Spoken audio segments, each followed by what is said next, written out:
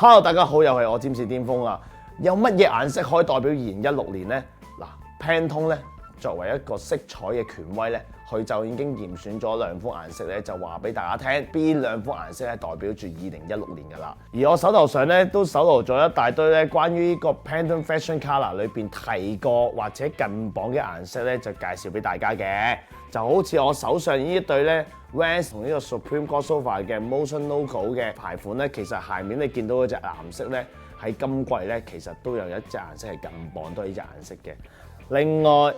大家我見到我手上呢款 Cam Cap 咧，其實咧呢一隻 color 咧就直頭係 Pantone 今季有講過嘅其中一個粉紅色，可能佢用嘅 material 上邊令到佢個色差可能有少少唔同啦。咁加上我而家着住嘅一啲 hoodie 咧，其實今季咧都有推出過呢類款顏色嘅。嗱，呢件 Pocket T 啦，都係同我手上呢件顏色一樣嘅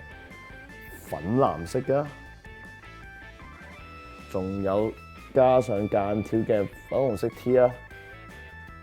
老老實實啊，大家慣性着衫嘅顏色啊，來來去去都係啲黑白灰啊，同埋深藍嘅顏色啦。其實咧 ，Pantone 作為一個顏色權威咧，喺每一年都會做一啲代表今年嘅顏色，喺一年裏邊可以着一啲唔同類型嘅顏色，令到自己嘅生活着更加多姿多彩啦。講真，買潮嘢都係跟個 trend， 顏色都要跟住個 trend 去走，你先係最潮噶嘛？你話係咪？